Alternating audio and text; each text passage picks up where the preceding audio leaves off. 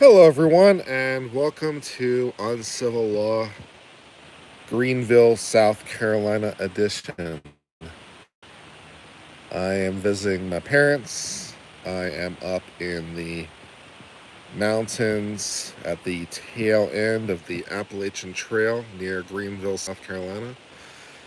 I am surrounded right now by some lovely hills. It is mostly cloudy, almost entire. Mostly cloudy, but there's a few spots of blue peeking through this beautiful Sunday morning. And I hope you're having just the greatest of days, as always. I'm having a great day, just getting some nice, clean mountain air. Enjoying my life, man. It's not bad. Yesterday, my parents and I went to a flea market, and then we went to the mall just to kind of poke around and look around. I didn't find anything I wanted except for $37. The $37 I did want. There was $37 sitting on the floor at the mall. And I'm like, well, it was just sitting out there on the main floor, right, in the public area. There's 37 bucks just sitting there. I'm like, well, that's my $37 now. Yoink. So I did find the $37, but that was nice. Property Law 101, by the way, in case those of you who want to be like, want to learn something of legal value. In this particular situation, we have one of three categories. The property in question is either abandoned, it is lost, or it is misplaced, right? Because it wasn't like, in a till or something. It's just sitting on the floor, crumpled up nonetheless, like someone tried to shove it into their pocket and they missed, probably is what happened. All right, so you see this money's just sitting on the floor in the mall. All right, so we're in one of three categories. It's lost, it's misplaced, or it's abandoned. All right, so which of these is most likely? Well, abandonment requires express intent to abandon. So we're going to assume that whoever money this belonged to didn't express the intent to abandon, because that'd be really stupid. So probably not abandoned. Misplaced also doesn't work. If it were sitting like on the counter, then maybe misplaced, right? Misplaced means I put it there deliberately, but then I forgot about it, right? I left it there unintentionally. So, like, for example, I go into the store, I bring my umbrella, I put it into the umbrella stand while I'm, looking around the store. This is the umbrella stand for people, looking around. Then I leave the store, right? That might be an item that's misplaced, okay? This isn't misplaced property because no one will put it deliberately on the floor. That doesn't make any sense. So we're into our third exciting category, lost, which means that anyone who finds it has superior title except for the person who originally owned it. So that means I gain good title of the property unless the original property owner can come by and say, that's my property. And of course, with money, that's really tricky because how do they prove it's originally theirs, right? If they had lost their wallet, I might say, well, can you describe their wallet, right? And they might say, oh, my wallet looks like this. It has these things in it. I'd be like, oh, okay, that's the thing I found. This is yours. So unless they, have their serial numbers memorized or something like that, how are they going to prove it's their money as opposed to any other person's money, right? So, yeah, basically, it's just my money now, is basically the long and short of that common law story. So that's exciting and fun for me. But, that's Law 101. So, it's always good to know these things off the top of your head. It's always fun to have these things in at quick accessory. So, fun. Um, Anyways, in response to my stream title for today, I want to talk a little bit about this idea about a legal system versus a justice system.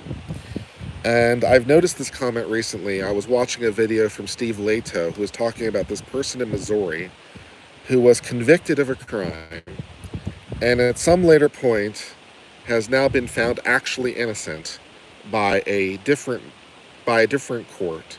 And the Attorney General of Missouri is appealing that determination through the system, trying to figure out, what we should do about it. And And I was reading a lot of the comments in the comment section of the video, and a lot of people were saying we have a legal system, not a justice system. And I've also noticed this in response to Karen Reed, talking about, like, we have a legal system, not a justice system. And I think that's an interesting observation. I think it's true. And I also think it's good that we have a legal system, not a justice system. And the reason it's good is just because justice fundamentally is hard. And, like, figuring out what is just is really, really hard.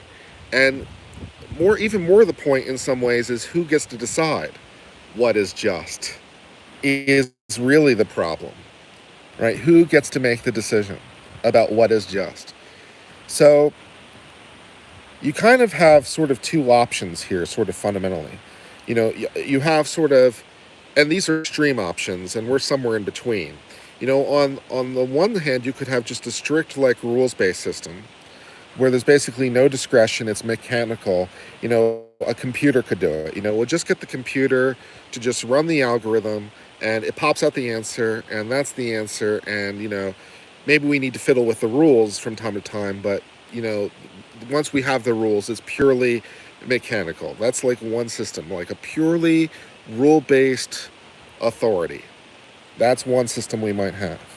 And then, like, on the complete opposite end of the equation, we might have and that might be thought of like as a purely legal system, right? It's just pure law. So that might be one system. Then on the other end of the equation, you might have a pure justice system, which means it's up to whatever body or group or individual or whomever it is to effect judgment based on no particular rule set or no particular criteria necessarily, but just based on what seems to be most justice in that particular case.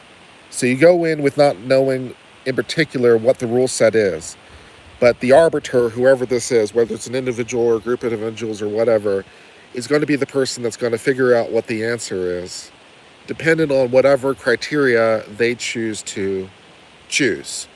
right? And that might be a pure justice system. And it's like, well, you probably don't want a justice system, because the problem with justice is you're now going into a more arbitrary thing, right? You're going into the arbitrary and capricious because you don't necessarily know what the rule is. And two very similarly situated people can come out of that system with two very different results. And it might be the case that both are just. But trying to figure out how to do that in advance is a whole other set of problem. And of course, philosophers have been talking about what is justice forever and ever and ever, right? What is justice? And the best definition of justice I've ever heard from the many, many philosophers is that justice is people getting what they deserve, which of course raises another problem. What do people deserve? And probably even more important than that, who determines what they deserve? Because that's sort of the end thing. Like, what they deserve is almost inconsequential in some respects compared to who makes the decision as to what they deserve. And that's the real sort of conundrum. And so what we have in America is definitely much more on the legal end of things, right? It is much more rule-based. It is much more mechanical. It's not always mechanical, but it's rule-based. It's very complicated rule-based. It's very nuanced rule-based, because we've been doing this for 850 years, since the common law was created in 1189 by statute by the UK Parliament, where they declared that 1189 was time immemorial. That's where law starts. I'm like, that's exciting. So we've been doing this since 1189, and over those years, people have tried every well, you would think, they've tried many, many different combinations of things that people do in very many different ways. And what the legal system has attempted to do over 850 years is attempted to draw the lines to deal with all these many, many use cases in a way that tries to address as much of it as possible. And of course, people are still coming up with new and creative ways. 850 years later, people are still coming up with new ways of doing shit. because I guess people are endlessly creative or something. I don't know, but it is what it is. So it's just like really annoying. But that is what it is. But one of the reasons law is so complicated is because it has to be, right? People say, for example, like, why is the law so complicated? Or why are jury instructions so complicated? The reason that it's so complicated, or why can't you just tell me what the law is? Why can't you just write it down in a book? Well, we kind of did write it down in a book. We wrote it down in volumes and volumes and volumes and volumes of books. But one of the reasons we can't make it more simple is because people aren't simple. And also, if we make it more simple, we make it less just in some ways. The more simple it is, the less just it is. Because you could have a very simple, very clean black and white rule, but that's going to be a very blunt cut, right? It's going to be a very blunt cut. And so maybe that's 80%. And maybe 80% is okay enough, but if you're on the 20%, you're getting screwed, right? And so one of the reasons that law is and has to be complicated is because the law has to basically deal with everyone's use cases. It's basically the most complicated if-then statements basically ever.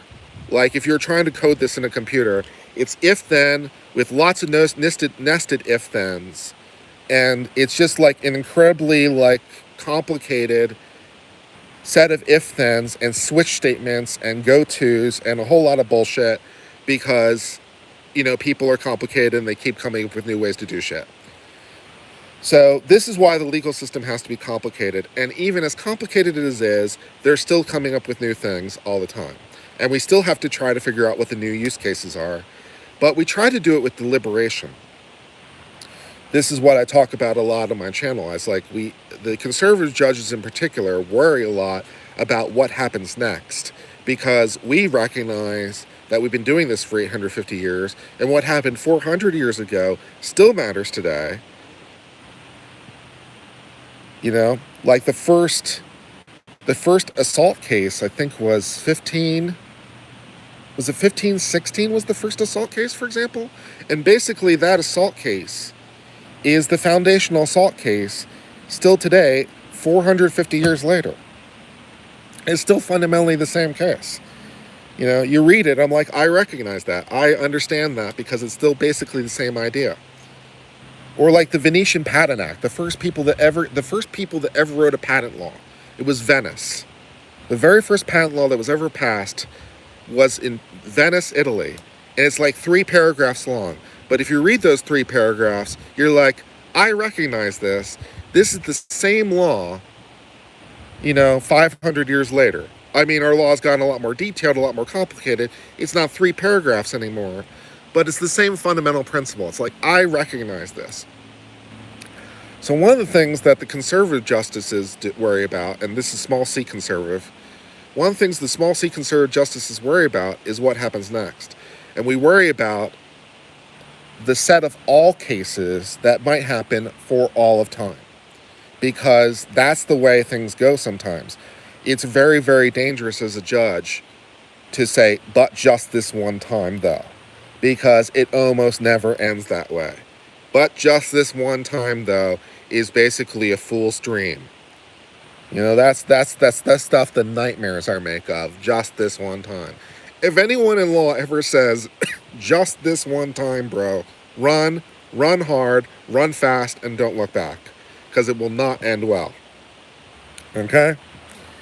So, that's one of the things that the legal system, at least in principle, is trying to do. It's trying to create a bunch of rules so that we can have a fair application of law. Like, even on the Supreme Court, over the main entrance, in very big letters, carved into stone, it's equal justice under law.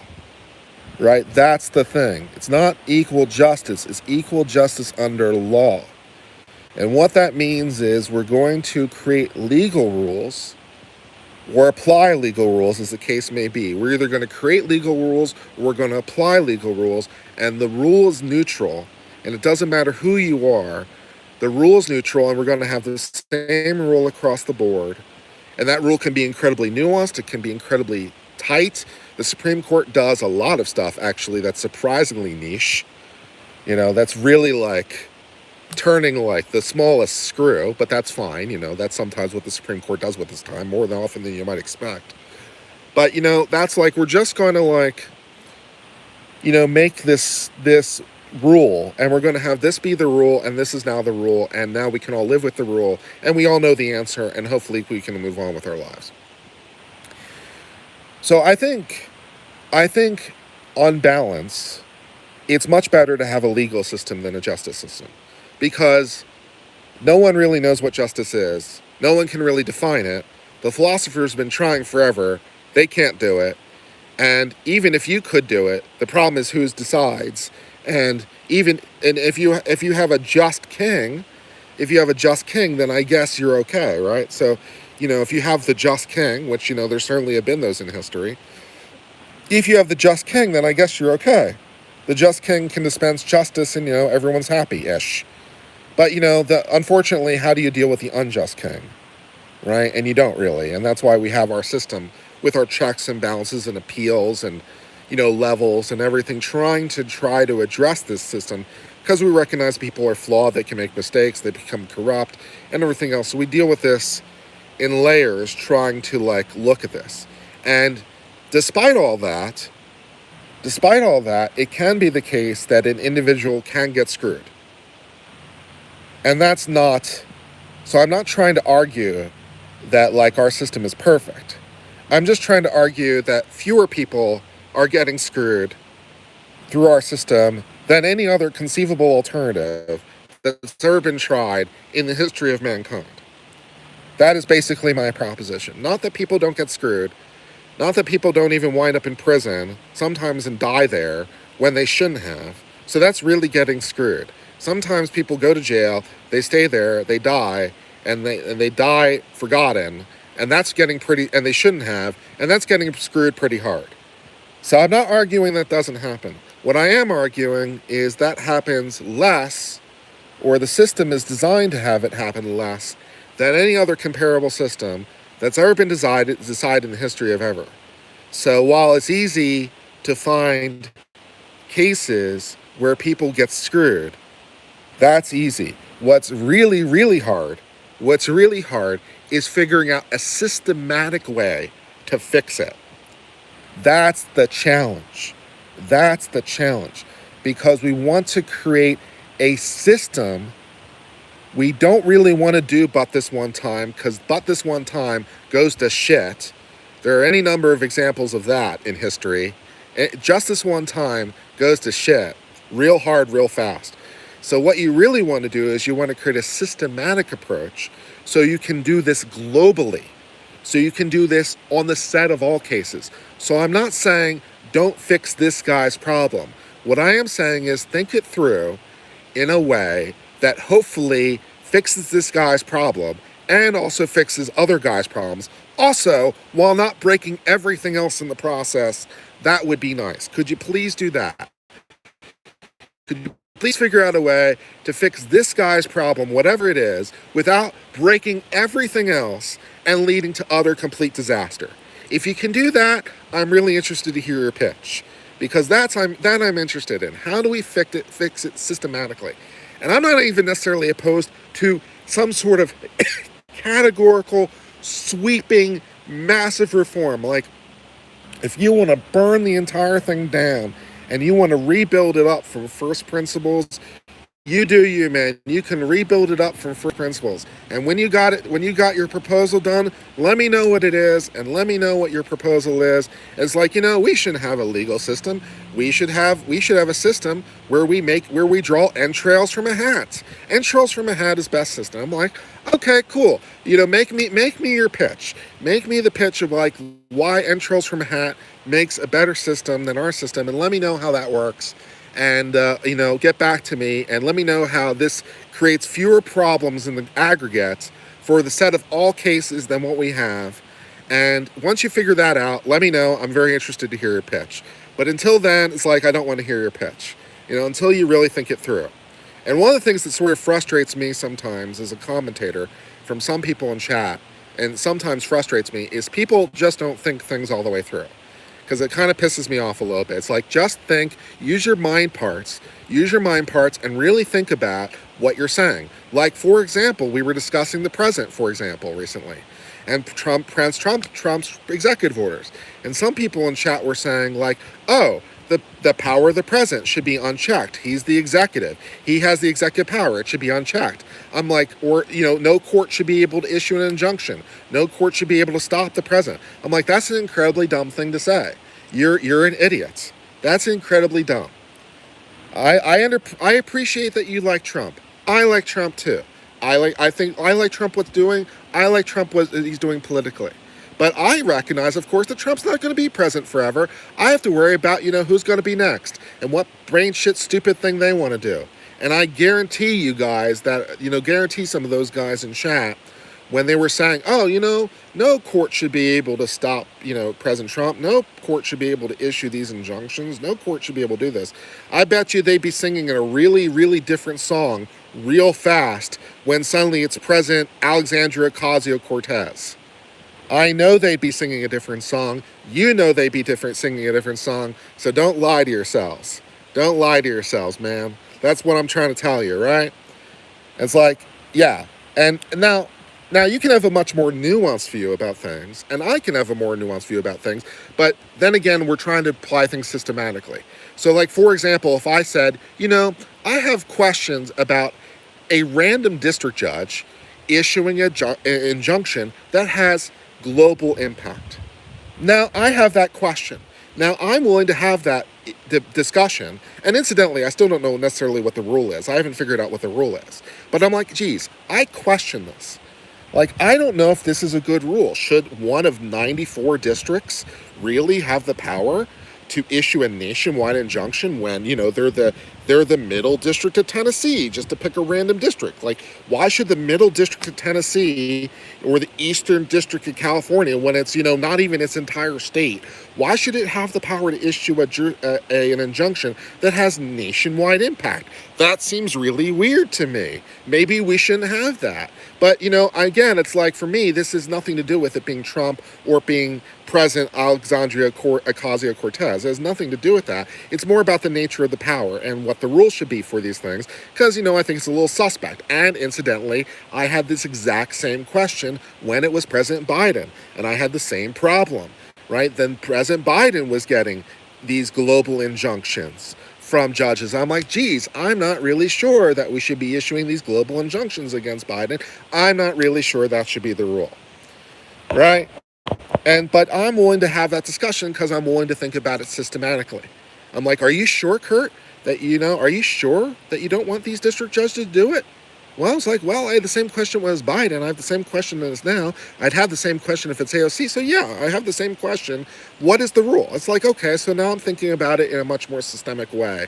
I'm getting my politics out of it and thinking about the legal impact about the thing, right? So it's like, some of the things in chat that frustrates me sometimes is chat just sometimes doesn't think things all the way through. They'll say things, and it's like, have you really thought this all the way through? Because I don't think you have. Use your mind parts, try to apply your rule universally, try to flip it on its head, see if it's still the rule. Like, for example, we were discussing this case relating to the Supreme Court taking up this case for cert relating to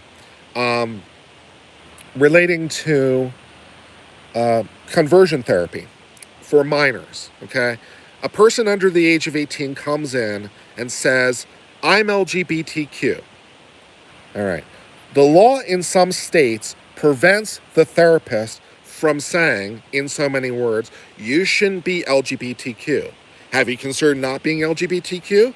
Have you considered not having same-sex attraction feelings? Have you considered not feeling gay? Now, obviously, it's not quite that blunt. It's a little bit more, it's a little bit more nuanced than that. But, that's basically the overall effect. Like, basically, have you considered not being gay? But we dress it up in therapeutic terms. And that's fine. And so it's like, okay, some states have banned that. And I'm like, I'm still trying to figure out exactly what I think about the issue. Because I'm like, well, what if some state did the exact opposite of that? What if some state said, so Colorado said, the LGBTQ person comes in, says, I'm feeling gay, says, and the law prevents the therapist from saying, you shouldn't feel that way. Okay. What if some state did the opposite of that? What if some state said, okay, the LGBTQ minor under 18 comes in and says, I'm feeling LGBTQ. What if that state said, you can't encourage it, right? You can't encourage it. You can't affirm it. You can't encourage it. You can't do anything that would promote it, encourage it, reaffirm it. You can't do any of those things. You can do the denial, but you can't do the affirmation, right? So we have hypothetical state. We have Colorado that passes a law that says you can't say don't be gay. Let's say, South Carolina. Let's say South Carolina passes a law uh, says the law says you can't be straight. Basically 100% flips it on its head. And it's like, okay, now how do I deal with that in a universal way? And I'm still trying to work through the problem because I'm a freedom of speech guy, but also it's youth, so it's impressionable, and it's a therapist, so perhaps even more impressionable. But I do believe, for example, that some of LGBTQ, but not all, but some of it is social contagion. So I believe in some cases, it might actually be possible for a person who's expressing LGBTQ. It might be possible for some people, particularly minors. It might be possible in some cases to essentially talk them out of it because it wasn't really their feeling in the first place. It was a social contagion. And there's plenty of examples throughout history of social contagions that have manifested in physical ailments, physical ailments, death. People have social contagions, suicide, self-harm, when suicide somehow this has been a thing schools have struggled with. For example, when when a student kills themselves, a lot of schools will be like, we're not going to talk about it, we're not going to even allow people to memorialize it anyway, we're not going to do it, because there have been studies that have shown that when this person gets these memorials and these things, that it can lead to increased suicide. The bringing attention to it can actually lead to a spurt of copycat suicides. This is a real problem. So social contagion is definitely a thing. So it might be the case, I think, and I think it is probably the case, that some of the LGBTQ is social contagion. So it might be the case, therefore, that a therapist could talk some of those people out of LGBTQ. If that might be possible. Right? It might be possible. And even if it wasn't possible, maybe it's still freedom of speech anyway, because freedom of speech doesn't necessarily limit itself to the possible. I can say you should be a unicorn. That's not possible, but I have the freedom of speech to say it, right? So the freedom of speech doesn't necessarily limit itself to the possible either. But it's medical, right? It's medical, and it's like, okay, is this a freedom of speech issue? Is this a freedom of speech issue? Or is this a medical issue? If it's a medical issue, does it make a difference if it's the state legislature that does it versus some recognized medical society? Does that make a difference in terms of who's making the decision? So again, it gets down to this issue of who decides, what is the rule, who gets to make the decision. But I'm trying to think through this in a systematic, categorical way, because I don't want to special plead this. I don't want to say South Carolina can have its rule and Colorado can't have its rule, right? I don't want to say that unless I can articulate a reason why. If I'm going to say, okay, South Carolina can have its rule, no encouragement, but Colorado can't have its rule, no discouragement. If I'm going to say that, I need to come up with some way to slice that in a way that isn't just special pleading. I need to come up with a way that makes sense from first principles. And so trying to think through all that is very interesting to me. And on balance, my gut instinct, but I'm still working through it, my gut instinct is to favor freedom of speech, because I like freedom of speech a lot. So my gut instinct is neither state can have its rule.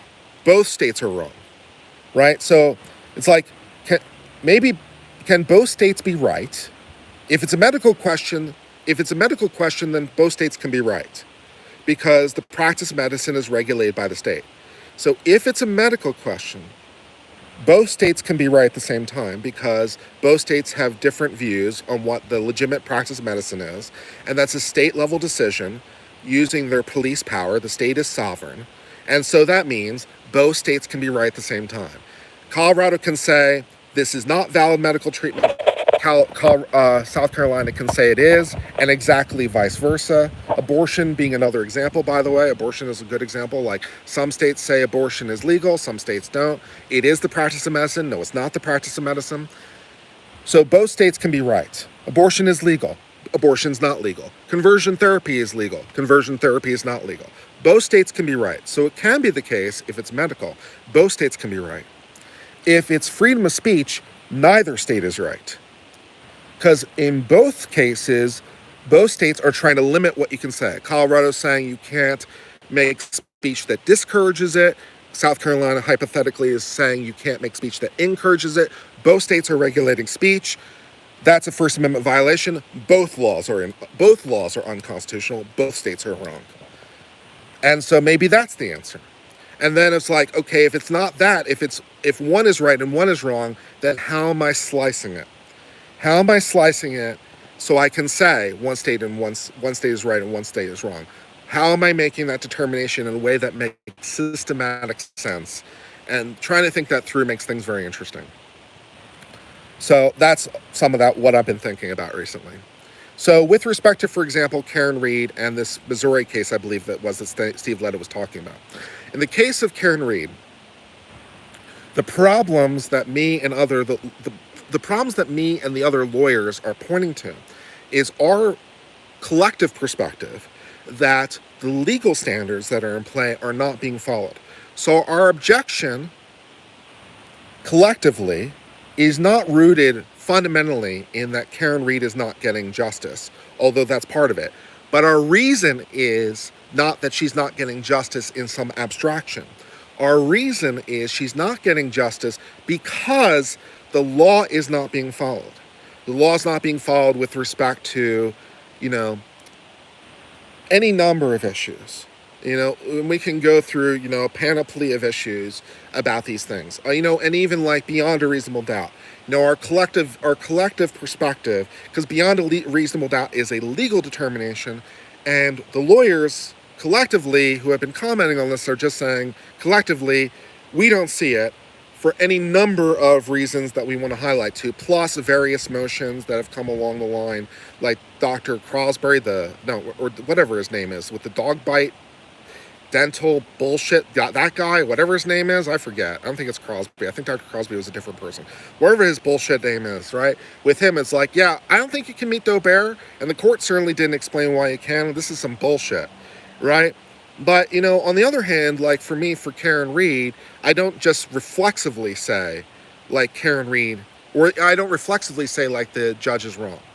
Like, or when things go against Karen Reed. So, for example, like, with her habeas motion, I'm like, nope, I don't think it's going to be granted. The district court didn't grant it. She's gone to appeal. I'm like, I'm pretty sure the Court of Appeals is going to deal with this summarily. I'm pretty sure they're just going to do a quick briefing, and they're basically going to come out with a one-paragraph decision that says, we're good, carry on, right? And that's probably the right answer, right? But it's the right answer because it's rooted in a legal question. It's rooted in a very specific legal question, right? It's rooted in, should this habeas relief be granted, as opposed to should she be convicted, as opposed to even the question, incidentally, should she be tried at all, right? It's still a separate question. And I think sometimes people have a bit of a trouble.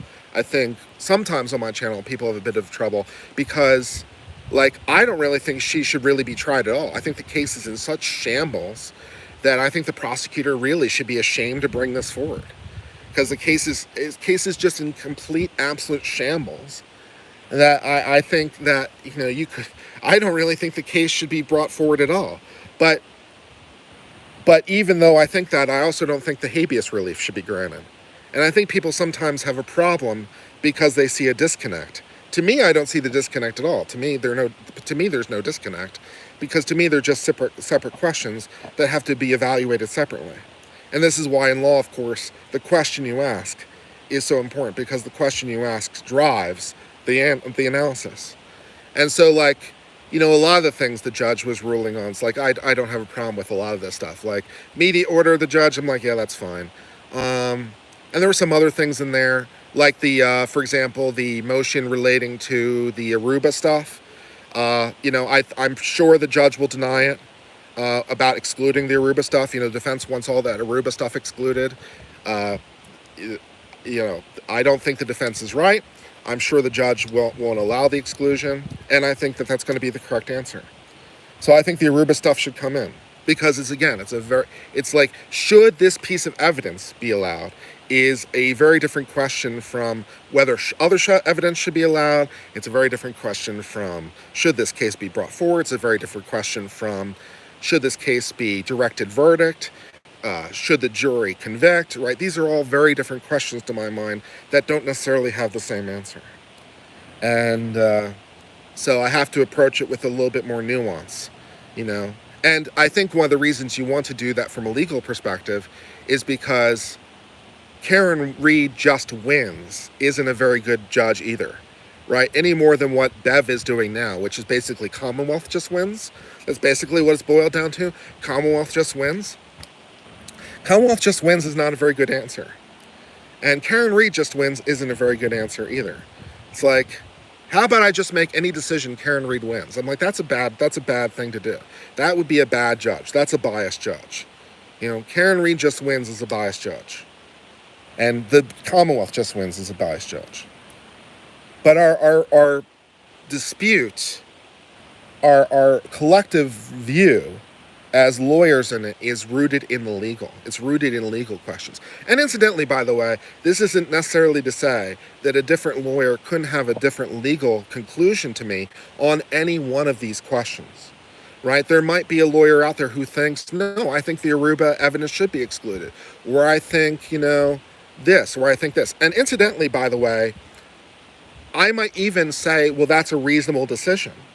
Because not every decision is necessarily like, you're just completely out of your mind. I can't believe what you think. This is insanity.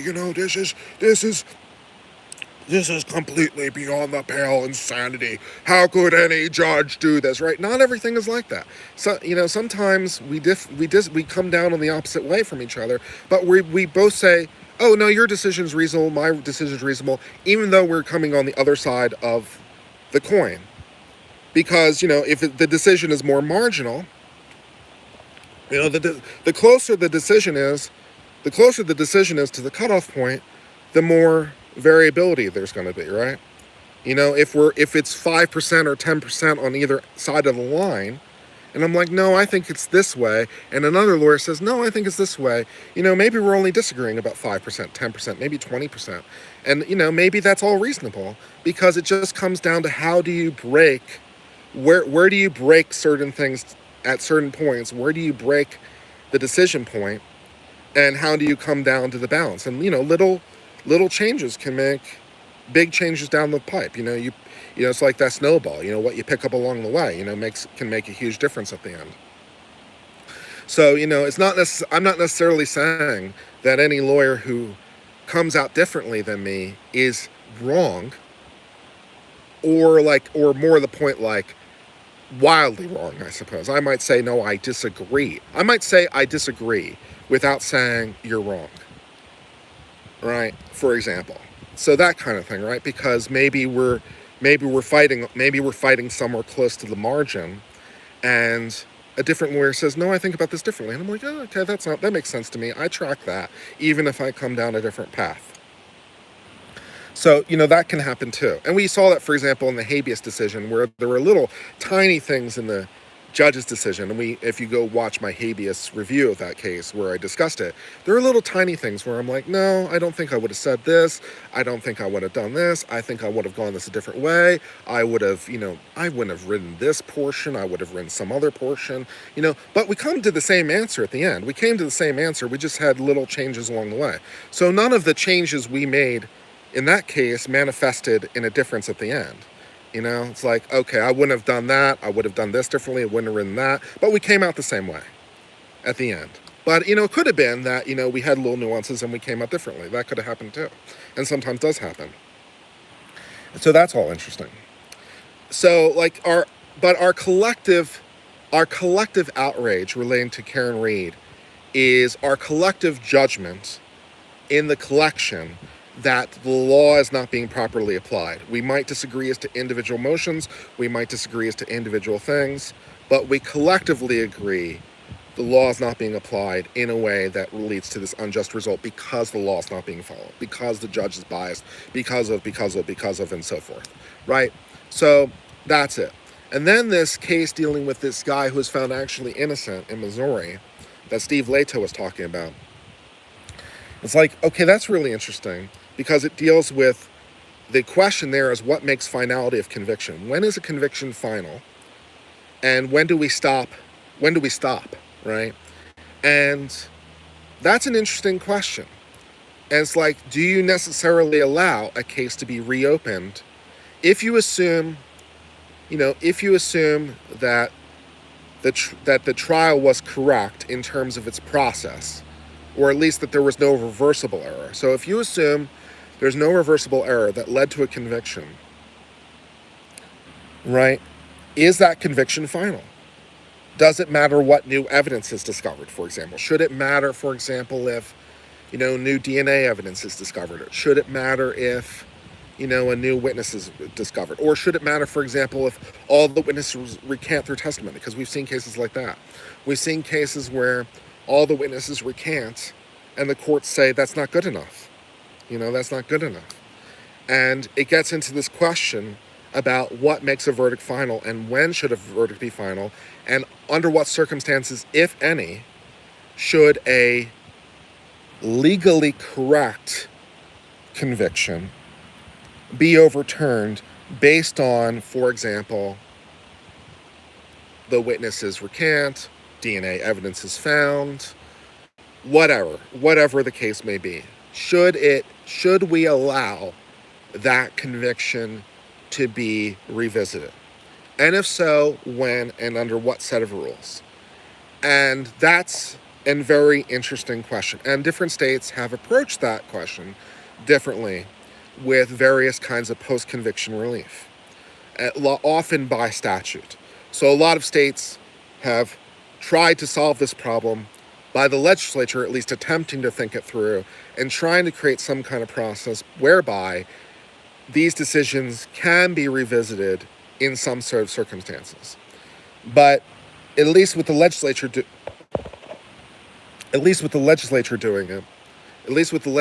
it, they've debated it and thought about it from a policy perspective.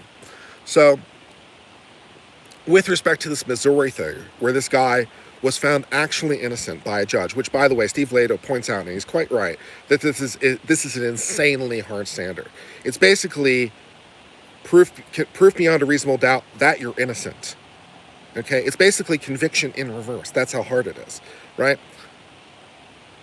It's proof beyond a reasonable doubt that you are in fact innocent. That's fucking insanely hard. That's insanely hard. And I'm like, I agree. That's insanely hard, Steve-O. Steve Leto, I hear you. That's insanely hard. And it's like, all right, should that necessarily be sufficient to overturn the conviction? And that's a legal question. Justice Scalia wrote an opinion, and I can't tell you which opinion it was off the top of my head, but I know Justice Scalia wrote it, which is funny. Can't remember the name of the case, can't remember who wrote it. But Justice Scalia basically said actual innocence is not enough under federal law. So as far as the federal law is concerned, there's no statute. If Congress passed a statute, that'd be another thing. But as far as the federal law is concerned, proof of actual innocence is not sufficient to undo a conviction. And you might think that is wrong. You might think that that's bad, but it gets down to this question again of what makes a decision final, when does it become final, how do you determine finality, when is final, right? When is final? And should you be able to revisit it 20 years? And if so, should a prisoner be able to re-raise it at any time? And like, should they just be able to bring it infinitely? Is it one and done? Like, should a prisoner be able to do it 5 years after they're convicted and be like, okay, you weren't able to prove it, and then 5 years after that, some new evidence is discovered. Oh, let's try again. Should this be something where a prisoner can just bring it infinitely times? Do we just allow them to keep churning through the system forever? Under what circumstances can they bring it? What has to be shown? When is final, right? And it's a very interesting question. That's not necessarily easy to solve. It's not necessarily easy to solve about when is final. It's like, should a prisoner be able to make these appeals indefinitely? Should the system just be allowed to go on forever? No one wants an innocent person to be in prison. That's not what we're talking about. But we have to look past that to some degree. We have to look past the issue of the person who is in fact actually innocent and worry about the prisoners who might say, oh no, I'm actually innocent too, really, I swear, right? We have to worry about abusive process. We have to worry about the burn on the system. We have to worry about the judicial process. We have to worry about slogging things down. We have to worry about waste of resources. We have to worry about the victims and, their peace of mind, oh, I'm innocent, I swear. But we found you with the knife in your hand, with the blood and the confession. No, really, I'm innocent. I want to bring my case, right? So we have to worry about those kinds of things too. And so again, it's like, how do you deal with this systematically? How do you deal with this systematically in a way to get the truly innocent person out of jail without creating a whole host of problems along the way? And how do you deal with that in a comprehensive way is really interesting. And Missouri, for example, right now appears to be dealing with exactly that question, because the Attorney General is appealing the determination of the lower court that said, release the prisoner, right? The judge said, no, I'm found actual innocent, release the prisoner. And I don't know on what basis the Attorney General is making that appeal. I don't know if they're saying, no, the judge's decision was wrong. There's two ways really to appeal, right? No, the judge's decision was wrong. It was the judge's determination of actual innocence is wrong in some way. Or even given that correctness, it still shouldn't be allowed to occur anyway. So there's two ways to go about that, right? One, the judge made a mistake in law, in fact, or something else.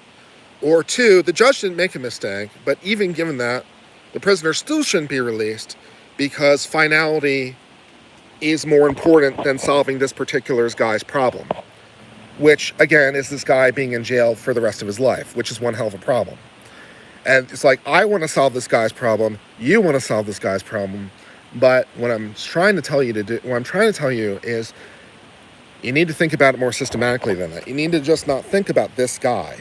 You need to think about all the prisoners that come after him, all claiming whatever they're claiming, what that looks like in the system, what the rules should be, and so forth and so on. How do you go about that in a thoughtful, global way? And Missouri, at least at this time, is dealing with exactly that issue, at least in part, on that question. And so,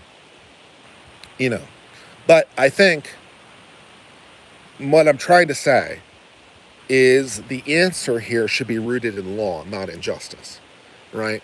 The answer should not be, this guy is getting screwed, let's fix his problem. You need to think bigger than that. You need to think about all the other guys, all of whom are claiming who got screwed, some of whom very much did not get screwed.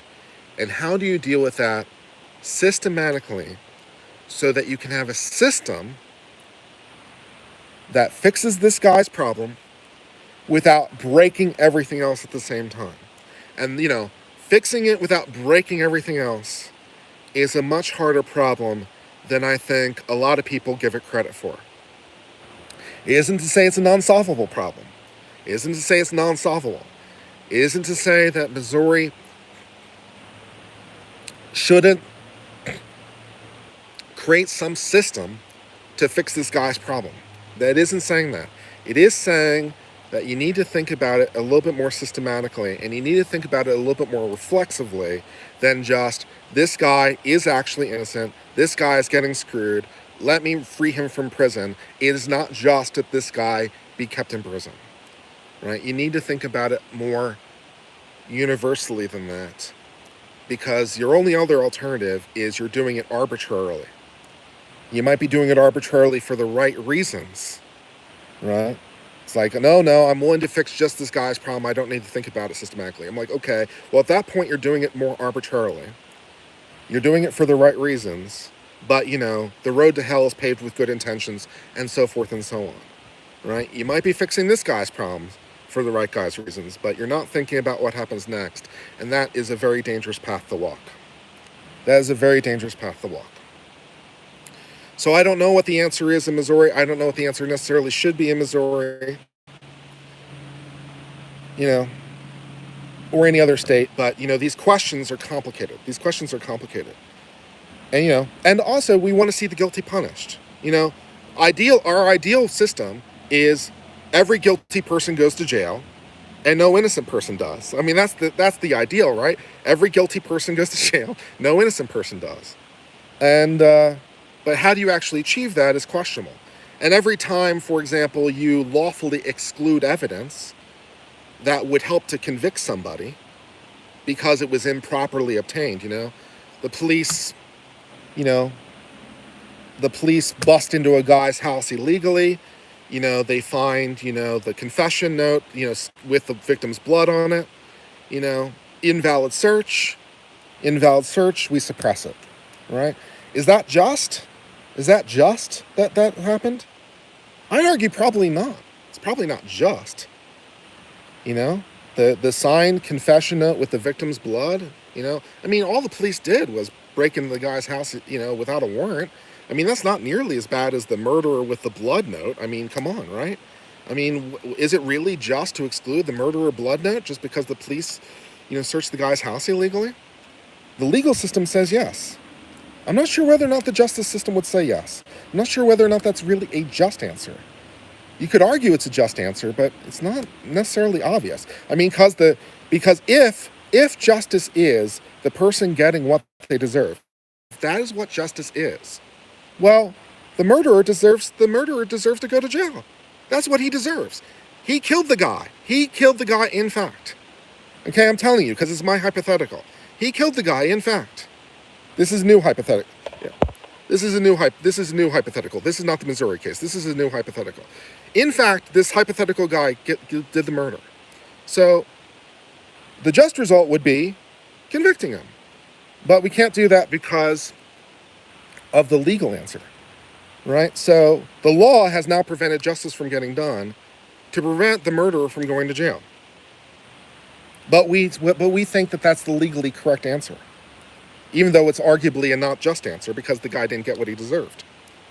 So, these answers are very, very complicated. And they have collateral consequences, We don't want the police busting down people's doors without a warrant. That's good. I don't want the police busting down people's doors without a warrant. I don't want that either. But that decision comes with collateral consequences. And that's what I'm trying to say. That's what I'm trying to tell you. Nothing is easy in the end. Everything is complicated because it comes with collateral consequences. Sometimes those collateral consequences is the guilty guy doesn't go to jail. Sometimes the collateral consequences is the innocent guy does. But everything is insanely complicated. And I still think you want a legal system.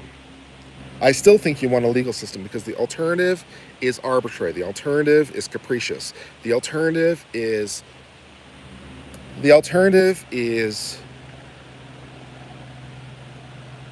without rule. Without rule of law. I mean, that's really what you have. You have without rule of law. Fundamentally, that's what it is. And it's like, I don't think you want without rule of law. I don't think you want that. I don't think that's a good thing. So everything is insanely complicated. And that's what I'm trying to tell you, or that's what I'm trying to convince you of. And try to avoid reflexive answers and try to think things through. Try to think things through systematically. Try to think how it affects people who are guilty. Try to think how it affects people who are innocent. Try to think about how it affects the court system, court process. Try to think how it affects use of resources and uses of funds. Try to think how it affects you know, things systematically. Look for systematic answers. Systematic thinking, I think, is the way to go. That's what I'm trying to encourage you for. And I think in the end, you want a legal system, not a justice system. So those are some of the things that have been on my mind. But let me know what you think in the comment section below. Let me know what you think about all this. Hopefully with some, thoughtful comments would be appreciated. And, we'll go from there. Thank you guys for hanging out with me. My phone's about to die, so I have to sign off. So I'm just going to go ahead and sign off for now. I've been Uncivil Law. I hope you enjoyed this little spontaneous stream. I thought it was fun. Until later, my friends, goodbye for now and have a good one. Bye-bye.